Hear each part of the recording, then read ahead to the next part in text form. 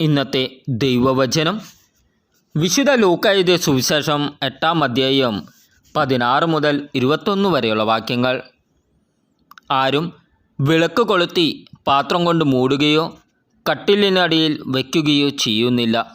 മറിച്ച് അകത്ത് പ്രവേശിക്കുന്നവർക്ക് വെളിച്ചം കാണാൻ അത് പീഠത്തിന്മേൽ വയ്ക്കുന്നു.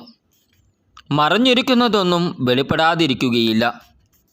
അറിയപ്പെടാതെയും വെളിച്ചത്ത് വരാതെയും ഇരിക്കുന്ന രഹസ്യവുമില്ല. ആകയാൽ നിങ്ങൾ എപ്രകാരമാണ് കേൾക്കുന്നതെന്ന് സൂക്ഷിച്ചു കൊള്ളുവിൻ.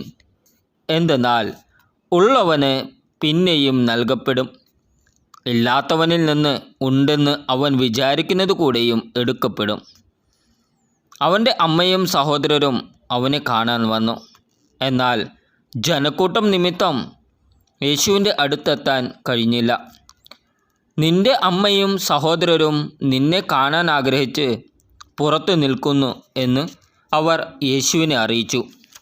യേശു പറഞ്ഞു, ദൈവവചനം ശ്രവിക്കുകയും അതനുസരിച്ച് പ്രവർത്തിക്കുകയും ചെയ്യുന്നവരാണ് എൻ്റെ അമ്മയും സഹോദരരും. നമ്മുടെ കർത്താവായ ഈശോ മിശിഹായ്ക്ക് സ്തുതി.